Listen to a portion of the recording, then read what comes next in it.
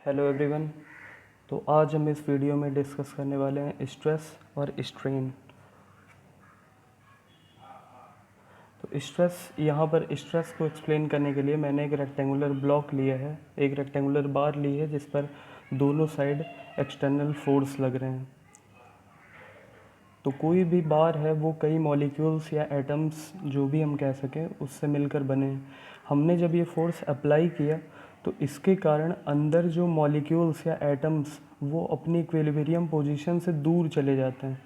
अभी ये मॉलिक्यूल करीब करीब थे, लेकिन लोड लगने के बाद ये दूर चले गए। इनके कारण इनके अंदर एक ऐसी टेंडेंसी क्रिएट हो जाती है जिसके कारण ये मॉलिक्यूल्स एक दूसरे को अपनी तरफ से खींचते हैं।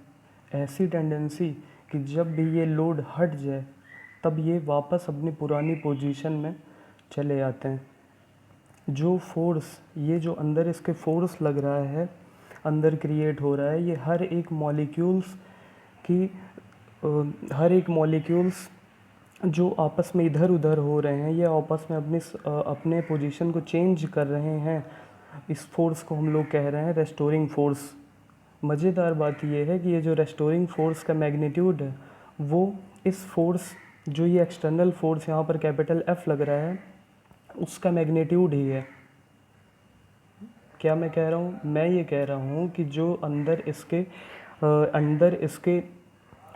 रेस्टोरिंग फोर्स जो डेवलप हुआ है उसका मैग्नीट्यूड बाहर जो एक्सटर्नल फोर्स लग रहा है उसका मैग्नीट्यूड सेम है।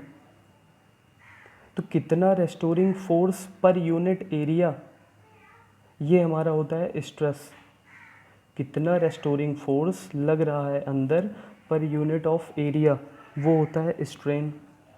तो स्ट्रेन हुआ इसमें मतलब डिफॉर्मेशन हुआ, इसलिए तो रेस्टोरिंग फोर्स आया।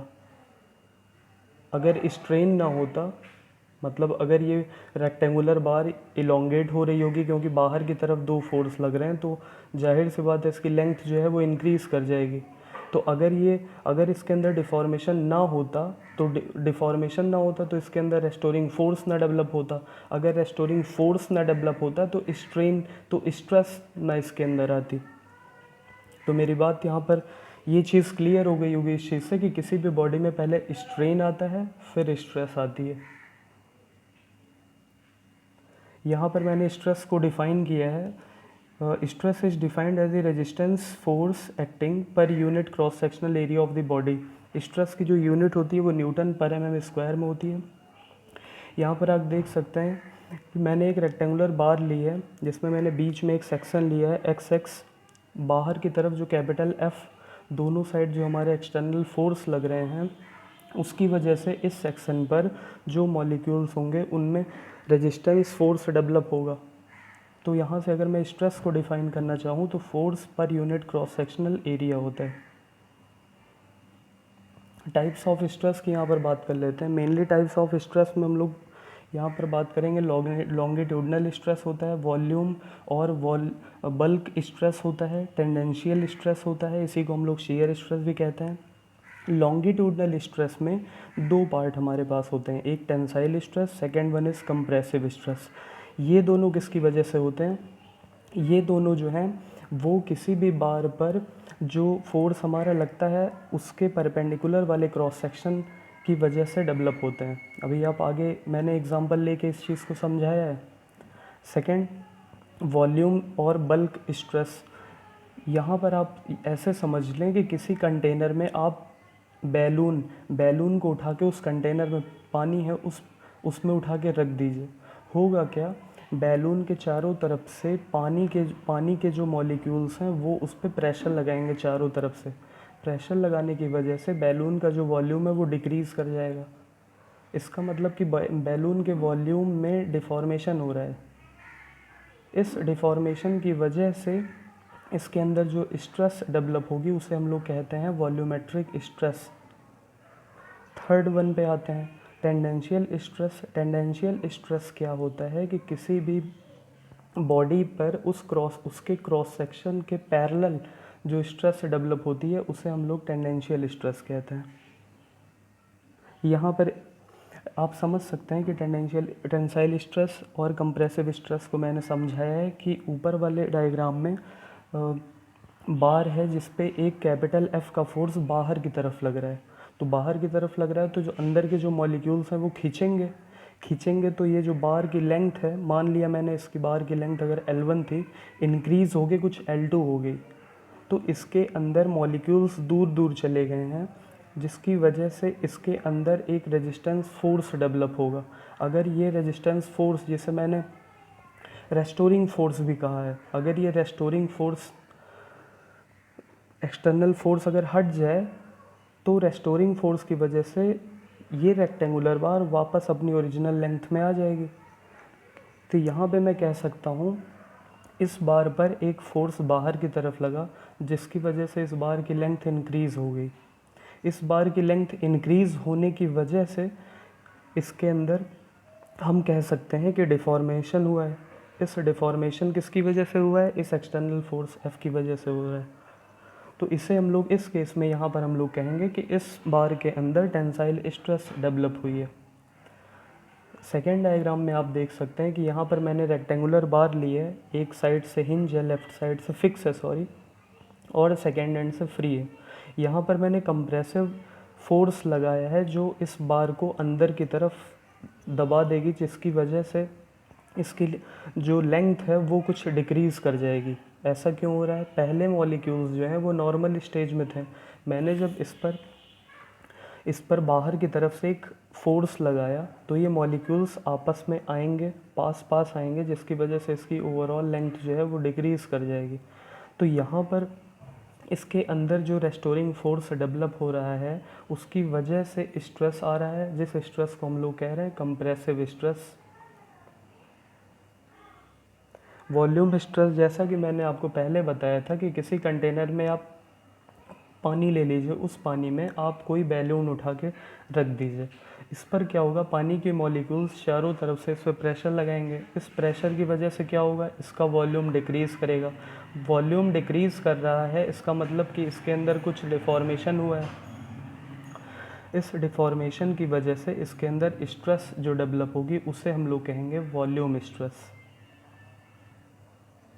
यहाँ पर मैंने टेंडेंशियल स्ट्रेस की बात की है, जिसे हम लोग शेयरिंग स्ट्रेस भी कहते हैं। एक मैंने इसमें क्यूब लिया है जिस पर मैं इसके क्रॉस सेक्शन के पैरेलल फोर्स लगा रहा हूँ। Cross sectional area capital F है, फोर्स F है। यहाँ पे मैं टेंडेंशियल स्ट्रेस को कैसे डिफाइन कर रहा हूँ? F divide by A। Area कौन सा है? पैरेलल टू दी सरफेस, ठीक है। अब मैं बात करता हूँ यहाँ पे स्ट्रेन की। स्ट्रेन के लिए मैंने यहाँ पर एक रेक्टेंगुलर बार ली है जिस पर बाहर की तरफ दो फोर्स लग रहे हैं। दोनों फोर्स बाहर की तरफ लग रहे हैं तो इसका मतलब इस रेक्टेंगुलर बार को बाहर की तरफ खींचेंगे और ये बॉडी कुछ टाइम बाद ऐसी हो जाएगी। पहले इसकी लेंथ, ओरिजिनल लेंथ जो थी वो कैपिटल L थी, इलोंगेट होने के बाद L डैश हो गई है। तो मैं ये कह सकता हूँ कि इसमें चेंज इन लेंथ कितना आया है? चेंज इन लेंथ आया होगा L डैश माइनस L, ठीक है। स्ट्रेन को मैं यहाँ पे डिफाइन कर रहा हूँ कि स्ट्रेन जो होता है वो change in length to the original length होता है। इसका मतलब जो चेंज इन लेंथ हुई है वो डिवाइड बाय ओरिजिनल लेंथ जो होता है वो मेरा होता है स्ट्रेन। यूनिट की बात यहाँ पर कर लेते हैं। ऊपर की तरफ चेंज इन लेंथ है, इसका मतलब कि लेंथ की यूनिट भी मीटर, mm कुछ भी होगी। डिनोमिनेटर में क्या है? ओरिजिनल लेंथ है, मतलब कि लेंथ है तो लेंथ की यूनिट मीटर या mm में होगी, तो ये चीज़ भी यहाँ से कैंसिल हो जाएगी। इसका मतलब हम लोग कह सकते हैं कि स्ट्रेन की कोई यूनिट नहीं होती, यूनिट लेस क्वांटिटी है। यहाँ पर टाइप्स ऑफ स्ट्रेन की बात कर लेते हैं। दो टाइप की स्ट्रेन होती है, नॉर्मल स्ट्रेन, शियर स्ट्रेन। इस डायग्राम को आप देख के समझिए। इस डायग्राम पे लेफ़्ट वाले डायग्राम में अगर आप देखते हैं तो एक क्यूब है जिस पे ऊपर की तरफ से एक फोर्स लग रहा है, जिसकी वजह से ये क्यूब कुछ दब जा रहा है नीचे की तरफ। तो इसे हम लोग कह रहे हैं यहाँ पर नॉर्मल स्ट्रेन। क्योंकि नॉर्मल क्यों कह रहे हैं? क्योंकि ये जो क्रॉस सेक्शन है उसके परपेंडिकुलर फोर्स लग रहा है। तो इस परपेंडिकुलर फोर्स लगने की वजह से इसे हम लोग नॉर्मल स्ट्रेन कह रहे हैं। सेकेंड डायग्राम में आप देख सकते हैं कि यहाँ पर जो हमारा फोर्स लग रहा है वो क्रॉस सेक्शन के पैरेलल लग रहा है, जिसकी वजह से इसके अंदर शियर स्ट्रेन डेवलप हो रही है। यहाँ पर नॉर्मल स्ट्रेन को अगर मैं डिफाइन करना चाहूँ तो deformations that are applied perpendicular to the cross section are normal strains. Shear strain को अगर मैं डिफाइन करना चाहूँ तो शियर स्ट्रेन के केस में क्या होता है कि जब हम लोग फोर्स को parallel to the cross section apply करते हैं तो उस केस में यहाँ पर शियर स्ट्रेन डेवलप होता है। इन दो प्रॉब्लम्स को आप सॉल्व करिए। ये दो प्रॉब्लम्स स्ट्रेन से रिलेटेड है। फर्स्ट प्रॉब्लम में एक इलास्टिक बैंड है जो 5 सेंटीमीटर की लेंथ इसकी ओरिजिनल थी, इसे कुछ स्ट्रेच कर दिया गया, लेंथ इंक्रीज़ कर दी गई है 2 mm तक, तो इसमें आपको स्ट्रेन कैलकुलेट करना है। सेकेंड प्रॉब्लम में एक आयरन की बार है 3 मीटर की, इसे हम लोग हीट कर रहे हैं जिसकी वजह से 0.5 mm इसमें कुछ स्ट्रेच हुआ है। इस केस में भी आपको यहाँ पर स्ट्रेन कैलकुलेट करना है। Thank you.